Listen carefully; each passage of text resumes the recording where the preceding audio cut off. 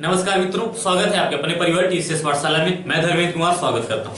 दोस्तों, इस बाहुबली बैच में मैं यानी कि धर्मेंद्र कुमार आपको भूगोल पढ़ा रहा हूं और भूगोल में हम लोगों ने शुरुआत किया था भारत का भूगोल। तो पिछली क्लास में हम लोगों ने क्या क्या पढ़ लिया है, एक बार थोड़ा सा मैं 2 मिनट में रिवीजन करवा देता हूं ताकि थोड़ी सी भूमिका बन जाए और फिर चीजों को रिलेट करके हम लोग पढ़ते हुए चलेंगे।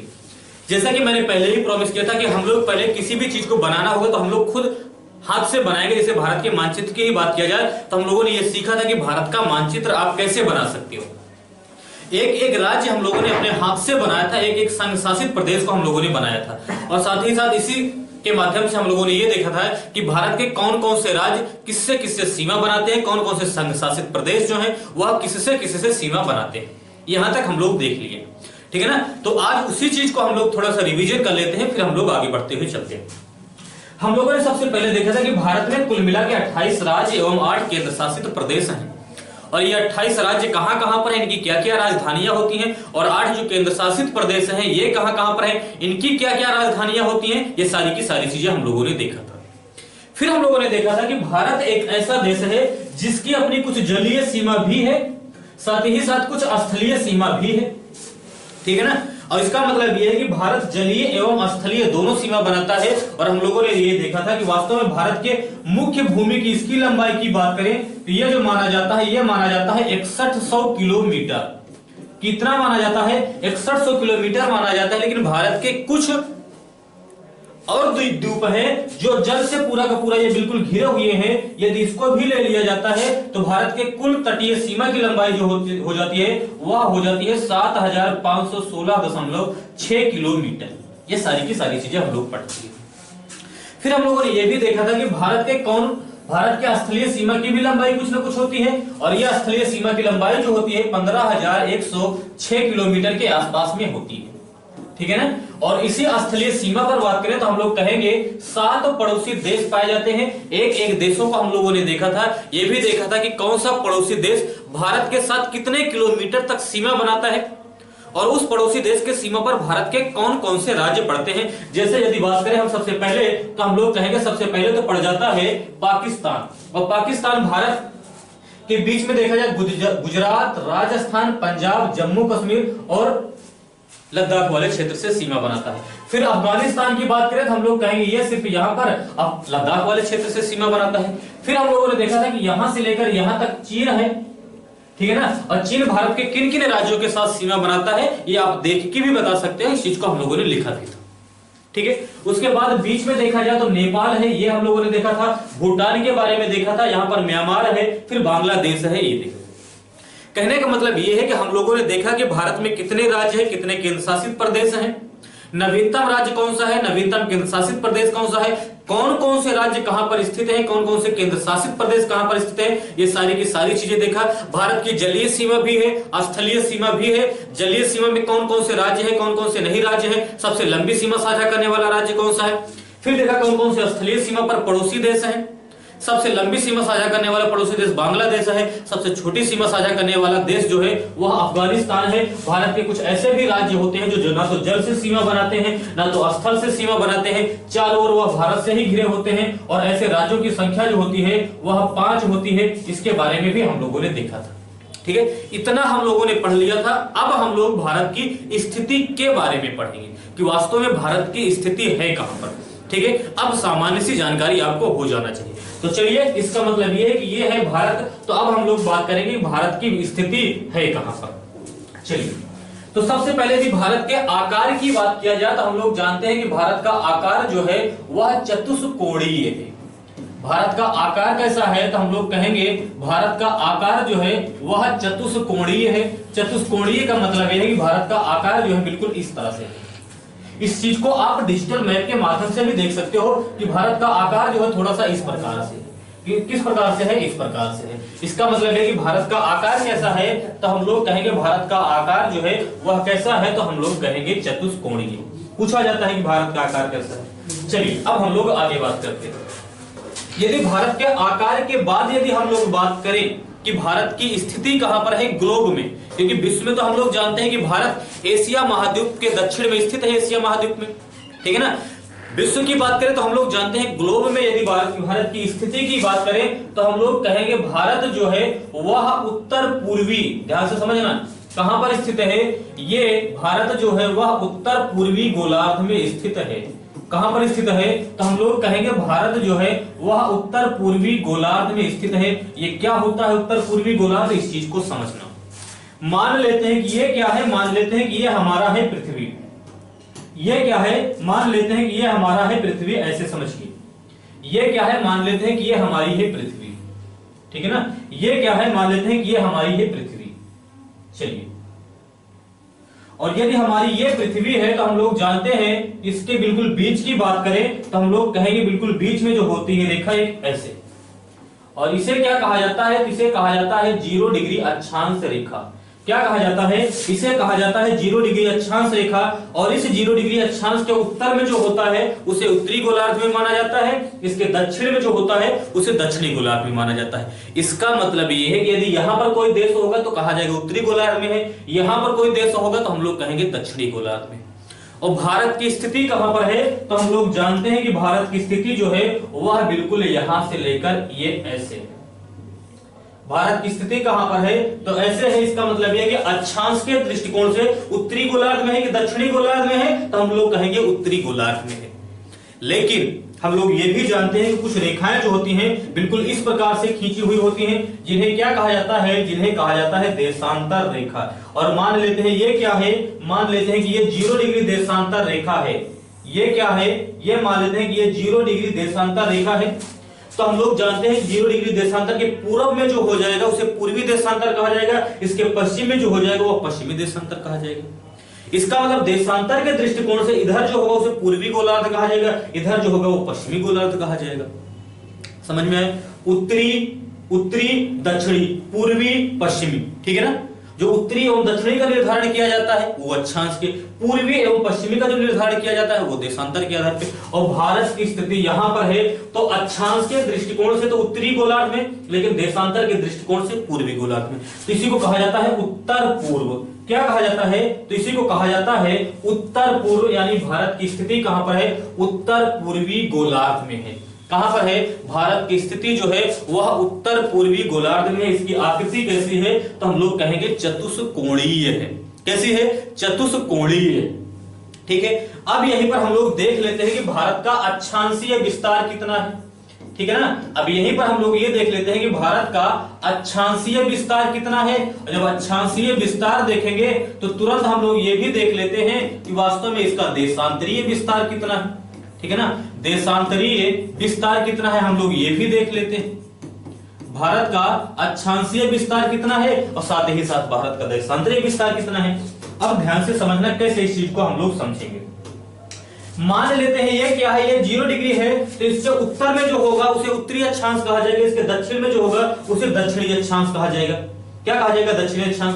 तो इसके उत्तर में मान लेते हैं कि यहां पर कोई ऐसे अक्षांश होगा तो उसे क्या कहा जाएगा, मान लेते हैं कि 1 डिग्री है तो 1 डिग्री अक्षांश कहा जाएगा, 2 डिग्री है तो 2 डिग्री अक्षांश कहा जाएगा, उत्तर में हो तो होगा तो उत्तरी अक्षांश कहा जाएगा। इसका मतलब ये है कि मान लेते हैं कि यहां पर कोई ऐसे अक्षांश है, ये क्या है ये, और इसका मान क्या है 8 डिग्री है 4 मिनट है, तो उत्तर में है तो उत्तरी अक्षांश की दक्षिणी अक्षांश, तो आप कहोगे उत्तरी अक्षांश। इसका मतलब इसका अक्षांशीय विस्तार 8 डिग्री 4 मिनट उत्तरी अक्षांश से लेकर, और मान लेते हैं कि यहां पर ये वाला जो मान है ये कितना है, ये है 37 डिग्री 6 मिनट, तो ये भी उत्तरी अक्षांश की दक्षिणी अक्षांश, तो हम लोग कहेंगे ये भी है उत्तरी अक्षांश। क्योंकि जो उत्तरी एवं दक्षिणी का निर्धारण किया जाता है वह गोलार्ध के आधार पर किया जाता है, देशों के आधार पर नहीं किया जाता है, इसलिए यह भारत का दक्षिणी भाग होगा, लेकिन इसके साथ भी कहा जाएगा उत्तरी अक्षांश। तो भारत का अक्षांशीय विस्तार जो होता है 8 डिग्री 4 मिनट से लेकर 37 डिग्री 6 मिनट उत्तरी अक्षांश होता है। इसका मतलब अक्षांशीय विस्तार 8 डिग्री 4 मिनट उत्तरी अक्षांश से लेकर 37 डिग्री 6 मिनट उत्तरी अक्षांश होता है, ठीक है ना। इसी प्रकार यदि देशांतरीय विस्तार की बात करें तो हम लोग जानते हैं कि यहां पर ये 0 डिग्री है, फिर कोई ना कोई 1 डिग्री होगा, 2 डिग्री होगा, 3 डिग्री होगा, और इधर जाएंगे तो पूर्वी, इधर जाएंगे तो 1 डिग्री 2 डिग्री 3 डिग्री, इधर जाएंगे तो पश्चिमी। तो मान लेते हैं कि इधर से एक देशांतर ऐसे गया और इसका मान कितना है, ये मान लेते हैं कि 68 डिग्री है और 7 मिनट है। तो इसे कहा जाएगा 68 डिग्री 7 मिनट। और पूर्वी गोलार्ध में है तो क्या कहा जाएगा, पूर्वी देशांतर।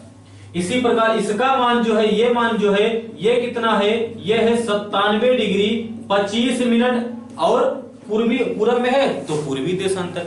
इसका मतलब इसका देशांतरीय विस्तार की बात करें तो कितना है, तो हम लोग कहेंगे इसका देशांतरीय विस्तार है 68 डिग्री 7 मिनट पूर्वी देशांतर से लेकर 97 डिग्री 25 मिनट पूर्वी देशांतर। इसका ये हो गया अक्षांशीय विस्तार एवं इसका ये हो गया देशांतरीय विस्तार। और हम लोगों ने देख लिया इसका क्या आकृति होती है और इसकी स्थिति कहां पर है। ठीक है, अब हम लोग थोड़ा सा देखते हैं फिर आगे। और यदि हम लोग भारत के इसी भाग को हम लोग यहां पर देखना चाहें, इसका मतलब हम लोग कहेंगे ये वाला जो भाग है ये है 8 डिग्री 4 मिनट उत्तरी अक्षांश। और ये वाला भाग क्या है, तो यहां पर ये वाला भाग जो है ये है 8 डिग्री 4 मिनट से लेकर ये कौन सा भाग है, तो हम लोग कहेंगे ये वाला जो भाग है ये है 37 डिग्री 6 मिनट। ये वाला भाग क्या है, तो ये है 37 डिग्री 6 मिनट उत्तरी अक्षांश।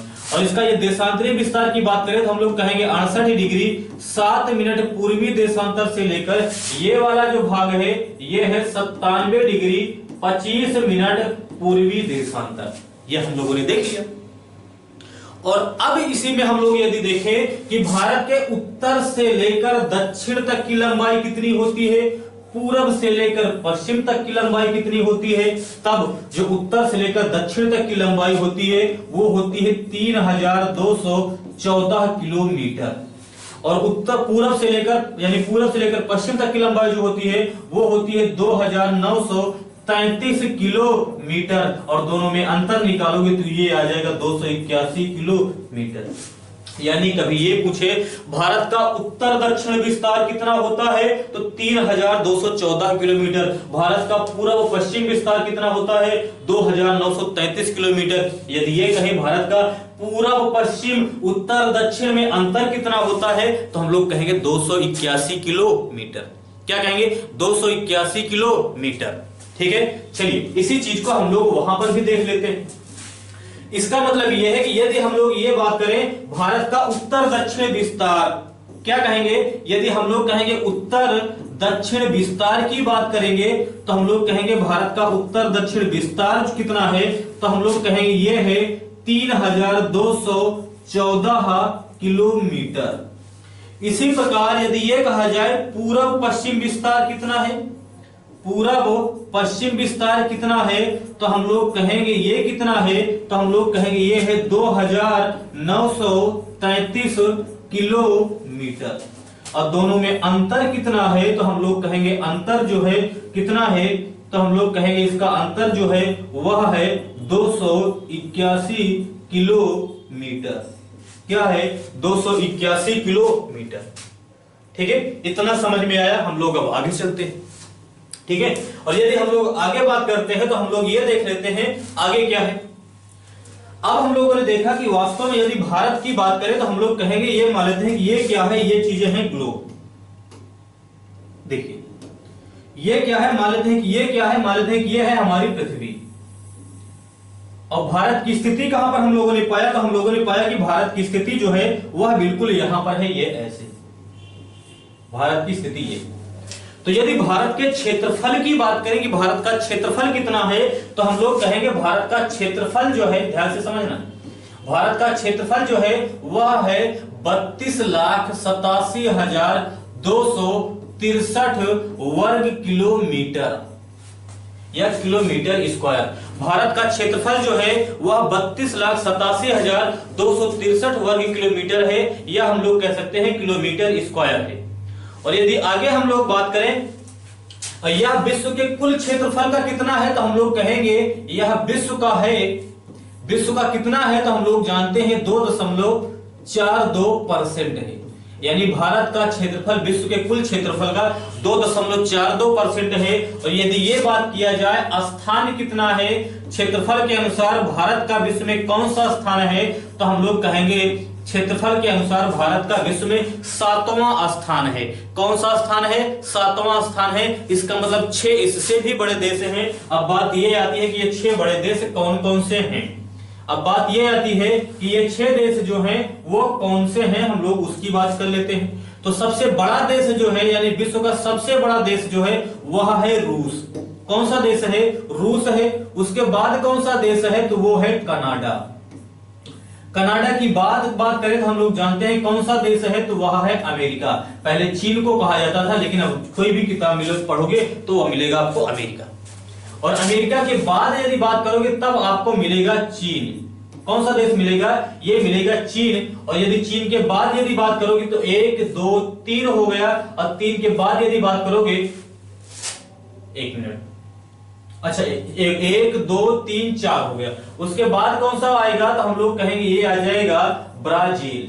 ठीक है ना, ब्राजील। यानी पहले नंबर पे, दूसरे नंबर पे, तीसरे नंबर पे, चौथे नंबर पे, 5वें नंबर पे। और ब्राजील के बाद बात किया जाए तो हम लोग कहेंगे ये आ जाएगा ऑस्ट्रेलिया।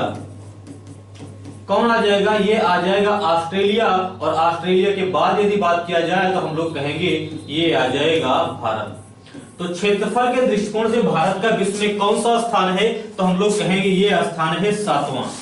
लेकिन यदि ये बात किया जाए कि भारत के क्या इस क्षेत्रफल में, हम लोग जानते हैं कि भारत के इस क्षेत्रफल में, मतलब भारत के कुछ क्षेत्रफल पर चीन का भी अधिकार है, साथ ही साथ पाकिस्तान का भी अधिकार है। तो क्या भारत के इस क्षेत्रफल में यदि बात किया जाए तो क्या पाकिस्तान का क्षेत्र एवं चीन का क्षेत्र भी शामिल किया जाता है कि नहीं किया जाता है? तो हम लोग कहेंगे हाँ, इसमें उसको भी शामिल किया जाता है। यानी भारत के इस क्षेत्र में हम लोग बात करें तो हम लोग कहेंगे पीओके वाला क्षेत्र भी आता है। कितना है? तो हम लोग कहेंगे ये है 78,114 किलोमीटर स्क्वायर। साथ ही साथ यदि आगे हम लोग बात करें तो हम लोग कहेंगे इसमें जो 1963 में जो पाकिस्तान ने भारत, मतलब 1963 में जो पाकिस्तान ने किसको दे दिया था? तो हम लोग कहेंगे पाकिस्तान ने 1963 में दे दिया था चाइना को जो क्षेत्र, वो कितना आता है? तो वो आता है 5,180 किलोमीटर स्क्वायर। और इसी प्रकार इसी की बात करें तो इसी में हम लोग जानते हैं अक्साई चीन भी आता है। कौन आता है? तो इसी में अक्साई चीन वाला क्षेत्र भी आता है, जिस पर 1962 में चीन ने क्या कर दिया था? 1962 में चीन ने क्या किया था? कब्जा कर लिया था। ये कितना है? तो ये है 37,555 वर्ग किलोमीटर या किलोमीटर स्क्वायर। यानी मेरे कहने का मतलब यह है कि भारत का क्षेत्रफल 32,87,263 वर्ग किलोमीटर आता है। लेकिन भारत के क्षेत्रफल में यानी जो पाकिस्तान का पीओके वाला क्षेत्र है, और जो पीओके वाले क्षेत्र का ही कुछ भाग जो है वह चीन को दे दिया। कब दिया? तो हम लोग कहेंगे 1963 में दे दिया। और अक्साई चीन वाला क्षेत्र ये 37,555, 5,180 और 78,114 किलोमीटर, ये वाला क्षेत्र भी शामिल किया जाता है। हालांकि मैं इस पर थोड़ा सा लंबी वीडियो बनाऊंगा जो उसमें पूरा का पूरा समझा के बताऊंगा कि पीओके क्या है, अक्साई चीन क्या है, ये सारी की सारी चीजें क्या है। ठीक है, चलिए इसका मतलब क्षेत्रफल की कहानी तो हो गई समाप्त। अब हम लोग बात कर लेते हैं जनसंख्या की। किसकी बात कर लेते हैं? तो हम लोग बात कर लेते हैं जनसंख्या की। और यदि जनसंख्या की बात करें तो हम लोग जानते हैं वर्तमान समय में भारत की जनसंख्या जो दी जा रही है वह लगभग 135 करोड़ से भी ज्यादा हो गई है। लेकिन जो आंकड़ा दिया जाएगा वह 2011 की जनगणना के अनुसार दिया जाएगा।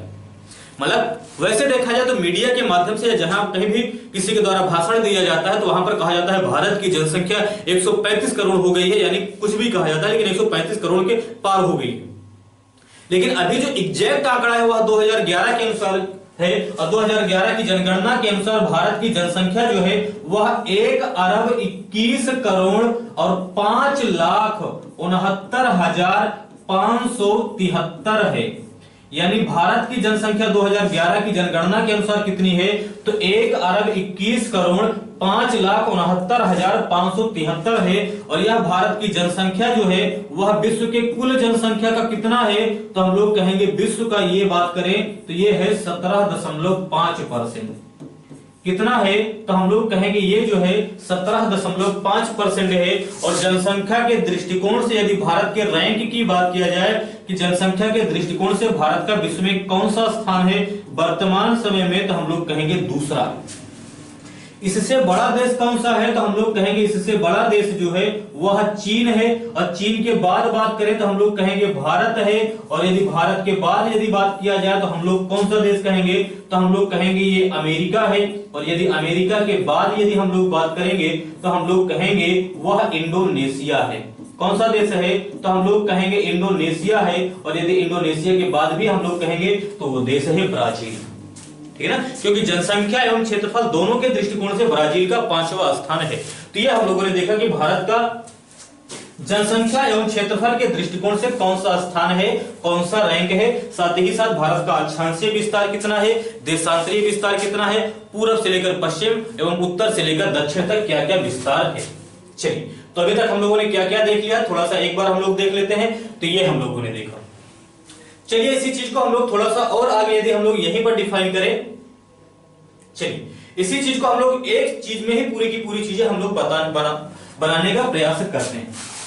यदि इस चीज को हम लोग ऐसे बनाए तो हम लोग कह सकते हैं कि मान लेते हैं कि ये क्या है, मान लेते हैं कि ये है हमारा भारत।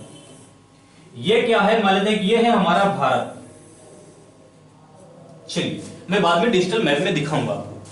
तो यहां से लेकर यहां तक इसकी लंबाई कितनी होती है, तो हम लोग कहेंगे इसकी लंबाई जो होती है वह कितनी होती है, तो हम लोग कहेंगे इसकी लंबाई जो होती है वह होती है 3214 किलोमीटर। एक ही चीज में सारी चीजें मैं दर्शा देता हूं। यह कितनी है, 3214 किलोमीटर होती है। पश्चिम से लेकर पूर्व तक की बात करें, इसकी लंबाई कितनी होती है, यह होती है 2933 किलोमीटर होती है।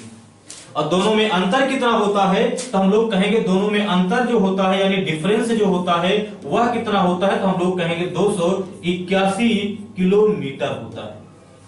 ठीक है, इसी प्रकार यदि भारत के अक्षांशीय विस्तार की बात करें तो हम लोगों ने देखा था कि भारत का अक्षांशीय विस्तार जो होता है वह 8 डिग्री 4 मिनट उत्तरी अक्षांश से लेकर कहां तक है, तो हम लोग कहेंगे ये है 37 डिग्री 6 मिनट उत्तरी अक्षांश तक। देशांतरीय विस्तार की बात करें तो हम लोग कहेंगे 68 डिग्री 7 मिनट पूर्वी देशांतर से लेकर लगभग 97 डिग्री 25 मिनट पूर्वी देशांतर तक है। कहां तक है, तो 97 डिग्री 25 मिनट पूर्वी देशांतर तक है। ठीक है ना, ये हम लोगों ने देखा था।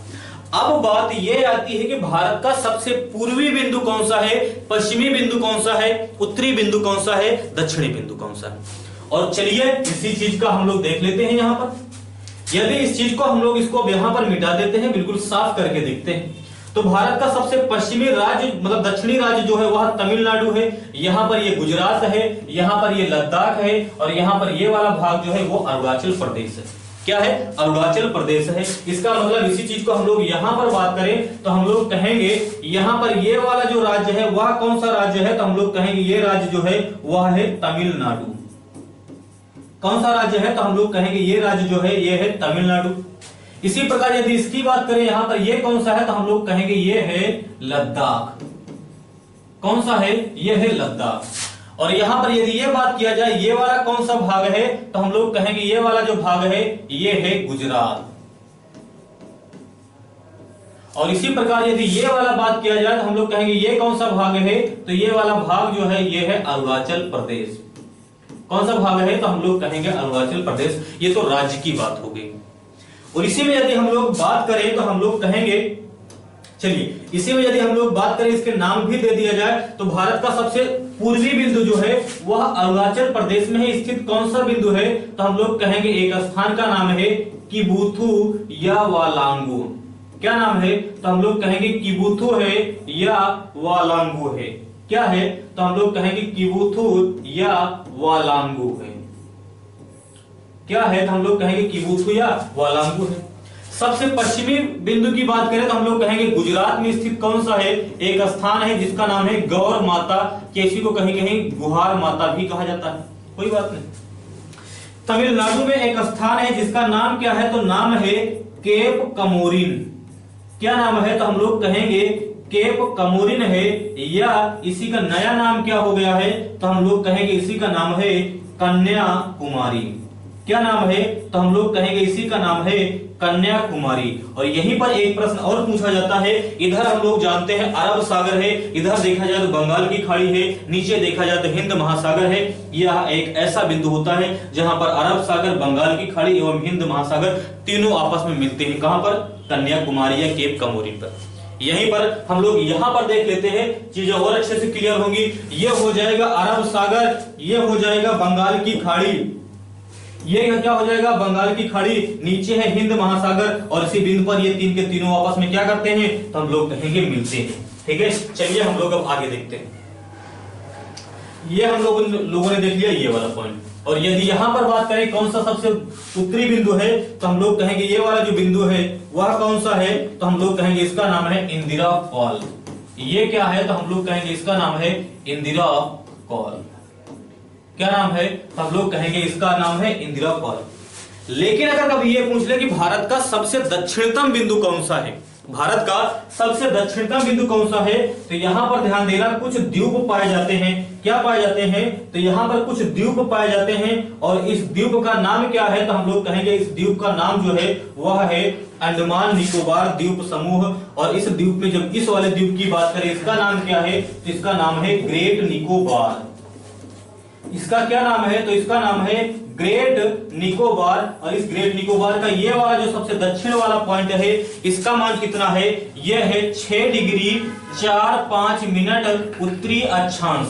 और भूमध्य रेखा से इसकी दूरी जो है वह कितनी है? लगभग 876 किलोमीटर। अब बात ये आती है, इस पॉइंट का नाम क्या है? तो इसका नाम है इंदिरा पॉइंट, या इसी का पुराना नाम है पिग्मेलियन पॉइंट। क्या नाम है? तो इसका नाम है इंदिरा पॉइंट, या इसी का और क्या नाम है? तो हम लोग कहेंगे इसी का नाम है पिग्मेलियन पॉइंट। क्या नाम है? तो हम लोग कहेंगे इसी का नाम है इंदिरा पॉइंट, या इसी का क्या नाम है? तो हम लोग कहेंगे इसी का नाम है पिग्मेलियन पॉइंट। यानी इसकी दूरी कितनी है? तो 876 किलोमीटर। इसका नाम क्या है? तो हम लोग कहेंगे इसका नाम है इंदिरा पॉइंट। क्या है? यहां पर है इंदिरा पॉइंट, या इसी का पुराना नाम क्या है? तो हम लोग कहेंगे इसी का पुराना नाम है पिग्मेलियन पॉइंट। क्या है? तो हम लोग कहेंगे पिग्मेलियन पॉइंट, या इसी का नाम क्या है? तो इसी का नाम है पार्सन पॉइंट। क्या नाम है? इसी का नाम है पार्सन पॉइंट। तो अभी हम लोगों ने देखा कि भारत का अक्षांशीय विस्तार कितना है, देशांतरीय विस्तार कितना है, पूर्व से पश्चिम, उत्तर से दक्षिण, साथ ही साथ भारत का क्षेत्रफल के दृष्टिकोण से और जनसंख्या के दृष्टिकोण से कितना क्या क्या स्थान है। अब हम लोग 1-2 पॉइंट और देख लेते हैं, फिर यहीं से हम लोग इस चीज को समाप्त करेंगे। चलिए क्या क्या चीजें हैं, थोड़ा सा हम लोग उस पर बात कर लेते हैं। चलिए, यदि हम लोग आगे बात करें तो हम लोग जानते हैं कि भारत में वर्तमान समय में 28 राज्य हैं। यदि ये बात किया जाए बड़े राज्य कौन कौन से, यदि ये बात किया जाए कि वर्तमान समय में बड़े राज्य कौन कौन से हैं, बड़े राज्य किसके अनुसार, तो हम लोग कहेंगे सबसे पहले क्षेत्रफल के अनुसार। तो हम लोग जानते हैं कि क्षेत्रफल के अनुसार जो होता है सबसे बड़ा राज्य जो होता है वह होता है राजस्थान। राजस्थान जो है जनसंख्या क्षेत्रफल के दृष्टिकोण से सबसे बड़ा राज्य है। राजस्थान के बाद हम लोग बात करेंगे तो हम लोग कहेंगे मध्य प्रदेश हो जाएगा। फिर कौन सा हो जाएगा, तो हम लोग कहेंगे महाराष्ट्र हो जाएगा। और महाराष्ट्र के बाद बात करेंगे तो हम लोग कहेंगे उत्तर प्रदेश हो जाएगा। नोट देने वाली बात यह है कि उत्तर प्रदेश का क्षेत्रफल के दृष्टिकोण से चौथा स्थान है। लेकिन यदि यह कह दिया जाए सबसे बड़े राज्य जो हैं वह किसके अनुसार, और वो भी जनसंख्या के अनुसार, और जनसंख्या के अनुसार बात किया जाएगा, तब आपका पहले स्थान पे जो आ जाएगा वह हो जाएगा उत्तर प्रदेश। कौन सा आ जाएगा, उत्तर प्रदेश। इसी प्रकार यदि यह कहा जाए सबसे छोटा राज्य कौन सा है, कौन सा, यदि ये कहा जाए छोटा राज्य कौन सा है, तो एक तो ये पूछा जा सकता है क्षेत्रफल के अनुसार। क्षेत्रफल के अनुसार सबसे छोटा राज्य की बात किया जाएगा तो सबसे छोटा राज्य जो है वह है गोवा। कौन सा हो जाएगा, तो हम लोग कहेंगे क्षेत्रफल के अनुसार सबसे छोटा राज्य जो है वह है गोवा। लेकिन अगर ये कहा जाए जनसंख्या के अनुसार सबसे छोटा राज्य कौन सा है, तो वो हो जाएगा आपका सिक्किम। क्या हो जाएगा, तो वो हो जाएगा आपका सिक्किम। ठीक है, चलिए, तो ये हो गए भारत के बड़े राज्य और ये हो गए भारत के छोटे राज्य। तो चलिए आज हम लोग यहीं पर समाप्त करते हैं, यहीं से हम लोग फिर चीजों को आगे रिलेट करके पढ़ते हुए चलेंगे। तो वीडियो कैसा लगा कमेंट करके जरूर बताइएगा, ज्यादा से ज्यादा इसे शेयर कीजिएगा और यदि नए हो तो चैनल को सब्सक्राइब करके बेल आइकन की घंटी जरूर बजा दीजिएगा और डेली रात में 9 बजे यहीं पर मिलेंगे भारत के भूगोल के साथ। धन्यवाद।